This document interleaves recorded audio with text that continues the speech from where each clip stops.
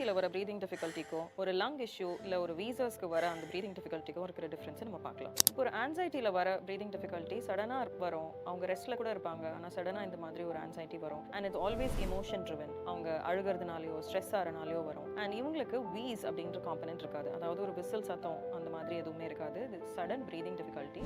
இது எதனால வருது அப்படின்னு பார்த்தோன்னா, இது heightened awareness of the breathing, அதாவது அவங்க ப்ரீத் பண்ணுறது அவங்களுக்கே ரொம்ப அவேராக இருக்கும். ஸோ இது பேர் ஹைப்பர் வென்டிலேஷன் சொல்லுவோம். அவங்க ப்ரீத் பண்ணுறதே அவங்க ரொம்ப கான்ஷியஸாக திரும்ப கண்டினியூஸாக பெரிய பிரெத்தாக எடுத்துகிட்டு இருப்பாங்க. இப்படி எடுக்கிறனால என்ன ஆகும்னா, ஈக்குவல் அமௌண்ட் ஆஃப் ஆக்சிஜனும் ஈக்குவல் அமௌண்ட் ஆஃப் கார்பன் டை ஆக்சைடும் வெளியே போகாது.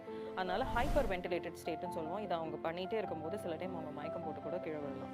இதே ஒரு ஆஸ்மெட்டிக், அதாவது ஒரு வீசிங்கில் வர ப்ரீதிங் டிஃபிகல்ட்டி எப்படி இருக்கும் அப்படின்னா, சம்டைம்ஸ் எக்ஸசைஸ், அதாவது ஏதாவது ஆக்டிவிட்டி இன்வால்வ்டில் வரும். அண்ட் இந்த பேஷண்ட்ஸ்க்கு கண்டிப்பாக அந்த வீஸ் அப்படிங்கிற சவுண்ட் இருக்கும். அவங்க ப்ரீத் பண்ணுறப்போ ஒரு விசில் சத்தம் மாதிரி ஒரு சவுண்ட் கேட்கும். அண்ட் இந்த மாதிரியான பேஷண்ட்ஸ் இன்ஹேலர் எடுத்த உடனேவே அவங்களோட ப்ரீதிங் டிஃபிகல்ட்டி செட்டில் ஆகிடும். ஸோ இதுதான் ஒரு ஆன்சைட்டியில் வர ப்ரீதிங் டிஃபிகல்ட்டிக்கும் ஒரு வீசிங் அண்ட் ஆஸ்மாக்கு வர ப்ரீதிங் டிஃபிகல்ட்டிக்கும் உள்ள டிஃப்ரென்ஸ்.